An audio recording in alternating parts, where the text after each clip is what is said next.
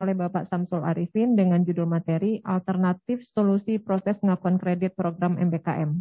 Kepada Bapak Samsul kami persilakan.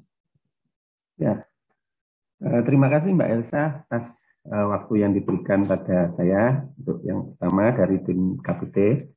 Yang terhormat Bu Dewi, Bu Nur sebagai pimpinan yang ada di Birmawa, yang terhormat Bapak Ibu pimpinan yang saat ini menjadi tuan rumah di UI, yang terhormat tim PDPD Dikti yang juga nanti akan membantu kita, yang terhormat Bapak Ibu peserta workshop atau sosialisasi dari pimpinan perguruan tinggi, Kaprodi, dan tim PDPD masing-masing perguruan tinggi, dan juga yang terhormat Mas Hendrik, tadi saya lihat ada, dan tidak lupa ada tim KPT ini, ada Prof. Edi, ada Pak Gatot, Bu Suning, Bu Penny, yang akan mendampingi Bapak Ibu berbagi mencari solusi ini Bapak Ibu. Bagaimana kita bisa mengoptimalkan pengakuan kredit atas kegiatan mahasiswa mengikuti program flagship MSIP yang sudah berlalu. Dan tentu Bapak Ibu nanti dari pengalaman ini sangat baik Bapak Ibu untuk semua pihak kita melakukan perbaikan terhadap program yang sama di kemudian hari atau program flagship MBKM yang lainnya ya Bapak Ibu ya. Sebab tema tentang pengakuan kredit ini menjadi perhatian dari prodi-prodi untuk mencari jalan bagaimana supaya bisa optimal mengakui kegiatan mahasiswa itu. Mohon izin ya Bapak Ibu, saya mematikan video karena saya akan share screen ini. Biasanya kalau tidak dimatikan videonya terus sering ngadat ini. Ya, Mbak Elsa ya, mohon izin ya. Ya, silakan Pak Samsul. Ya, baik Bapak Ibu. Nah ini saya dibekali oleh tim ini Bapak Ibu, slide materi, desainnya cantik banget ini. Nanti materi ini akan disajikan bersama-sama ini Bapak Ibu. Ada beberapa bagian dari materi yang akan disajikan ini, yaitu pertama tentang peta kondisi permasalahan pengakuan kredit program MSIP, tepatnya begitu ya Bapak Ibu. Tentu saja ini nanti datanya masih sebagian saja Bapak Ibu. Nanti kita kembangkan pada saat kita diskusi. Lalu yang kedua adalah berbagai alternatif solusi proses pengakuan kredit. Ini masih secara garis besar ini. Nanti sebentar akan saya sampaikan dengan cukup satu slide saja. Lalu yang ketiga adalah strategi memaksimalkan pengakuan kredit program MBKM yang akan disampaikan oleh Prof. Edi Cahyono ini. Nanti akan lebih mengerucut ini, lebih spesifik ini. Lalu yang terakhir adalah bagian keempat, yaitu praktek baik pengakuan kredit program MSIP yang akan disampaikan oleh Pak Alim dari IPB. Ya, ini nanti contoh-contoh yang diberikan beliau ini sangat menarik Bapak Ibu, barangkali bisa menginspirasi Bapak Ibu. Baik Bapak Ibu, saya masuk ke bagian yang pertama yang ditugaskan ke saya. Saya cukup satu slide saja Bapak Ibu. Oh, 2 slide. Nah, ini peta kondisi permasalahan yang sempat terekam yang sumber datanya dari mahasiswa. Permasalahan pertama itu masih dirasa ada cara pandang yang linier terhadap bidang keilmuan program studi, ya, sehingga pengakuan kredit MSIP ini menjadi terkendala. Lalu yang kedua adalah cara pandang bahwasannya kegiatan MSIP ini menyebabkan nanti capaian pembelajarannya tidak utuh, ya, karena ada yang kegiatan belajarnya itu di MSIP itu dianggap cukup jauh, padahal sesungguhnya itu barangkali multidisiplin ya Bapak Ibu. Ya, nanti kita bahas bersama-sama. Lalu yang berikutnya adalah jadwal program MSIP yang telah dijalankan oleh mahasiswa itu tadi tidak sesuai, sering tidak cocok ya, dengan kalender akademik di masing-masing perguruan tinggi. Ya, itu juga menjadi kendala ini rupanya Bapak Ibu. Lalu berikutnya adalah pelaksanaan program MSIB yang masih kurang dipahami, ya kurang dipahami oleh mahasiswa, ya oleh prodi ya. Memang pada batch yang pertama itu prodi sering terkaget-kaget dengan program ini karena mahasiswa datang setelah mengikuti program ini sehingga prodi juga agak kaget agak takut juga ini melihatnya ini apa yang harus dilakukan begitu ya Bapak Ibu. Lalu cara pengakuan kredit yang masih kurang dipahami, bagaimana cara melakukan pengakuan kreditnya ini ya. Apakah bisa apakah hanya di mata kuliah yang ada di kurikulum saja ataukah bisa dengan mata kuliah yang diambil dari luar prodi ataukah bisa membuat mata kuliah yang mewadahi kompetensi-kompetensi tambahan seperti yang yang ada di dalam buku panduan MBKM. Di situ disebutkan ada kompetensi-kompetensi tambahan ya yang bisa dikonversi dalam bentuk free form atau bagaimana ini. Ya, lalu pertanyaan berikutnya lah nanti gimana di PDDiktinya? Nah, itu juga jadi pertanyaan juga gitu ya. Nah, nanti kita lihat kita dengarkan Bapak Ibu bagaimana dari sisi PDDikti ini ya. Lalu berikutnya adalah kurikulum program studi yang masih belum disesuaikan dengan kebijakan kampus Merdeka. Ya, ini kenyataan juga ya Bapak Ibu, kenyataan di lapangan bahwasanya kurikulum perguruan tinggi ini memang agak sulit untuk beradaptasi terhadap bentuk-bentuk kegiatan pembelajaran yang dirasa JPL-nya mungkin tidak terlalu dekat atau JPL-nya tidak nyambung dengan JPL Prodi. Lalu berikutnya lagi yang terakhir ini Bapak Ibu, tidak optimalnya pengakuan kredit itu memang mahasiswanya itu sudah berada di semester atas. Ya dia mengambil MSIP di semester 7, di semester 8 sehingga mahasiswanya merasa bahwasanya sudah cukup Pak tidak perlu sampai 20 SKS. Ya cukup 3-4 SKS saja karena dia sudah melampaui. Yang penting bagi mahasiswa tadi dia sudah mengikuti itu dengan seksama, dia sudah mendapatkan pengalaman di dalam kegiatan magang ataupun studi independen, dia cukup, ya seperti itu, ya dan lain sebagainya, Bapak Ibu. Nah ini adalah peta kondisi permasalahan berdasarkan data lapangan yang didapat dari mahasiswa.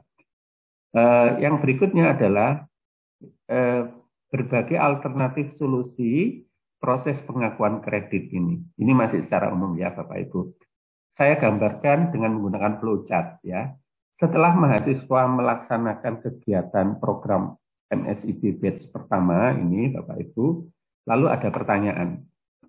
Dapatkah dari laporan mahasiswa itu kegiatannya diakui 20 SKS penuh dengan mata kuliah yang ada di program studi? Misalnya begitu pertanyaannya Pak.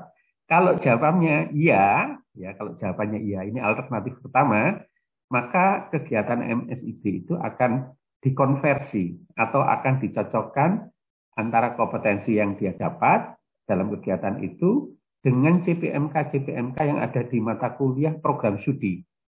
Taruhlah itu ada N mata kuliah, gitu ya. Ada 7 mata kuliah misalnya, dan dapat diakui sampai 20. Nah tentu ini kondisi yang sangat ideal, yang kita sering sebut dengan bentuk structure form, yaitu mengkonversi kegiatan MSIB itu dalam SKS mata kuliah. Nah kalau itu berhasil, maka berikutnya dilakukan pelaporan pada Syakat Perguruan Tinggi dan PDDikti. Ya. Lalu Bapak Ibu, pengakuan SKS 20 SKS ini dimasukkan di transkrip. Ya, 7 mata kuliah itu apa saja, SKS-nya berapa, kodenya apa, mata kuliah namanya apa. Lalu Bapak Ibu, bisa jadi Bapak Ibu kita memerlukan untuk menulisnya di SKPI. Karena dalam kegiatan MSIB itu kan mereka mengerjakan tadi yang disebut Bu Dewi, case base atau project base gitu, mengerjakan project-project atau case-case. Nah, itu tidak ada tempatnya di transkrip. Ya kita tuliskan di SKPI supaya nanti pada saat mahasiswa lulus dia melamar pekerjaan, lalu dibaca transkripnya, dibaca SKPI-nya, terlihat bahwasanya mahasiswa itu selama studi pernah mengerjakan case-case, ya, case-case yang dikerjakan di tempat dia magang atau pada saat dia studi independen. Itu perlunya SKPI, Bapak Ibu. Merekam apa yang tidak bisa direkam di transkrip, ya. Lalu kalau sudah selesai Bapak Ibu, maka mahasiswa lulus mendapatkan sertifikat dengan pengakuan kredit 20 SKS full penuh. Ini tentu kondisi yang membahagiakan ini Bapak Ibu, kondisi yang ideal ini yang pertama. Lalu kondisi yang kedua sekarang Bapak Ibu. Apabila tidak bisa 20 pengakuan SKS-nya, jika tidak bisa 20, masih ada pertanyaan lagi. Dapatkah dari sebagian dari 20 itu diakui di mata kuliah program studi? Jika jawabnya ya ada gitu ya, kita cari Bapak Ibu. Kita cari ada berapa SKS yang bisa diakui di mata kuliah program studi. Ya. Ya taruhlah X ini Bapak Ibu, X. Dengan M mata kuliah, taruhlah M mata kuliahnya ini ada 4 mata kuliah, lalu SKS-nya 12 SKS taruhlah seperti itu. Berarti kita bisa mengakui 12 SKS dari mata kuliah yang ada di program studi. Ya. Nah, sebenarnya ini Bapak Ibu bisa juga kegiatan MSIB itu tidak hanya mata kuliah yang ada di kurikulum program studi, bisa juga dengan mata kuliah lintas program studi tapi di kampus yang sama. Barangkali Bapak Ibu di perguruan tingginya sudah punya sistem itu ya. Kan ada itu di Permendikbud itu, belajar di luar prodi di kampus yang sama. Nah, itu yang sering disebut dengan mata kuliah pengayaan itu Bapak Ibu. Ya, bisa saja memanfaatkan itu, memanfaatkan mata kuliah di luar prodi ya untuk konversi ini gitu ya. Kita pakai kan masih sifatnya internal di perguruan tinggi. Ya, taruhlah ini 12 Bapak Ibu ya, 12 dengan 4 mata kuliah. Lalu berikutnya adalah pertanyaannya, sisanya itu di luar selain 12 SKS, sisanya dari 20 itu dapatkah diakui dengan mata kuliah MBKM sebagai sebagai pernyataan dari kompetensi-kompetensi tambahan. Jelas kan Bapak Ibu, yang tidak bisa dikonversi ke mata kuliah di program studi, pasti ini adalah kompetensi-kompetensi tambahan, baik soft skill maupun bisa jadi hard skill. Nah, untuk pelaporan di PD Dikti, maka kompetensi-kompetensi tambahan ini mesti dirupakan dalam bentuk mata kuliah kan Bapak Ibu, dalam bentuk mata kuliah. Maka diambillah kebijakan oleh universitas untuk mewadahi kompetensi-kompetensi tambahan itu tadi dalam bentuk mata kuliah yang bisa dilaporkan nantinya ke sistem akademik siakat perguruan tinggi maupun PD Dikti. Ya begitu ya Bapak Ibu. Nah ini yang barangkali yang hijau ini disebut dengan free form ya, free form. Jadi mengkonversi dengan CPL ya, CPL yang merupakan kompetensi tambahan tadi, tapi laporannya dirupakan dalam bentuk mata kuliah ke PD Dikti, karena ke PD Dikti itu tidak bisa melaporkan CPL kan Bapak Ibu, yang bisa dilaporkan adalah mata kuliahnya. Taruhlah ini berhasil Bapak Ibu, berhasil kita temukan 20 kurangi X, berarti kalau ini 12, ketemu 8 SKS ini. Nah, ya dari mata kuliah yang memang dipersiapkan untuk mewadahi kompetensi tambahan sejumlah S mata kuliah. Ya, jadi ini hybrid ini Bapak Ibu antara free form dengan structure form. Lalu dilaporkan seperti tadi ke Siakat, PD Dikti, lalu dilaporkan, dicatatkan di transkrip 20 SKS yang terdiri dari mata kuliah program studi tadi dengan mata kuliah yang merupakan wadah dari kompetensi-kompetensi tambahan yang ditetapkan oleh perguruan tinggi masing-masing. Nah, ketemu cara yang kedua ini, Bapak Ibu. Lalu cara yang ketiga, bisa jadi Bapak Ibu memang belum siap ini kita membuat mata kuliah yang merupakan bagian dari kompetensi tambahan tadi. Ya sudah Pak ya, sementara ini aja dulu untuk batch ini, mungkin batch yang akan datang kita buatkan yang mata kuliah yang mewadahi JPL kompetensi tambahan gitu ya. Ya oke, berarti kita hanya bisa mengakui 12 SKS ini ya Bapak Ibu. 12 SKS. Yang penting jangan kecil-kecil, ngakuinya kasihan mahasiswa. Sudah 500 sekian jam begitu ya Pak ya, mengadakan kegiatan itu. Ini pilihan yang ketiga. Lalu yang terakhir ini Bapak Ibu, ya jika memang ya tidak bisa sama sekali ini dikonversi ke mata kuliah yang ada di prodi juga sulit ya. Lalu mata kuliah yang pengayaan tadi, mata kuliah di luar prodi di kampus yang sama juga sulit ya. Ada satu solusi lagi Bapak Ibu, alternatif solusi ini ya, yaitu kegiatan MSIB itu yang kompetensinya adalah merupakan kompetensi tambahan karena memang tidak sama persis dengan CPL Prodi dan itu merupakan kompetensi multidisiplin barangkali seperti itu Bapak Ibu, maka berdasarkan kebijakan dari universitas diusulkanlah ya, ditetapkanlah mata kuliah utuh, satu mata kuliah 20 SKS yang di dalamnya berisi kompetensi-kompetensi tambahan ya terhadap program mahasiswa itu di program studi.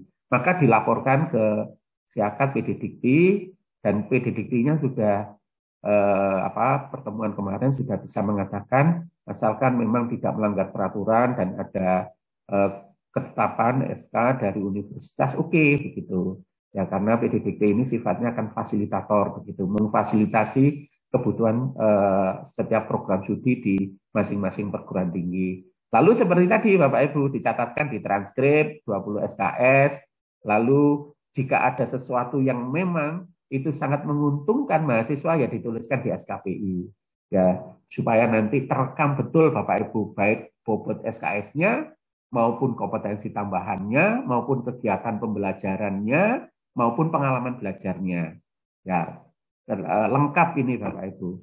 Nah demikian Bapak Ibu, ada 4 alternatif yang bisa kita manfaatkan ini untuk mengoptimalkan pengakuan kredit kegiatan MSIB. Moga-moga ini menginspirasi Bapak Ibu semuanya.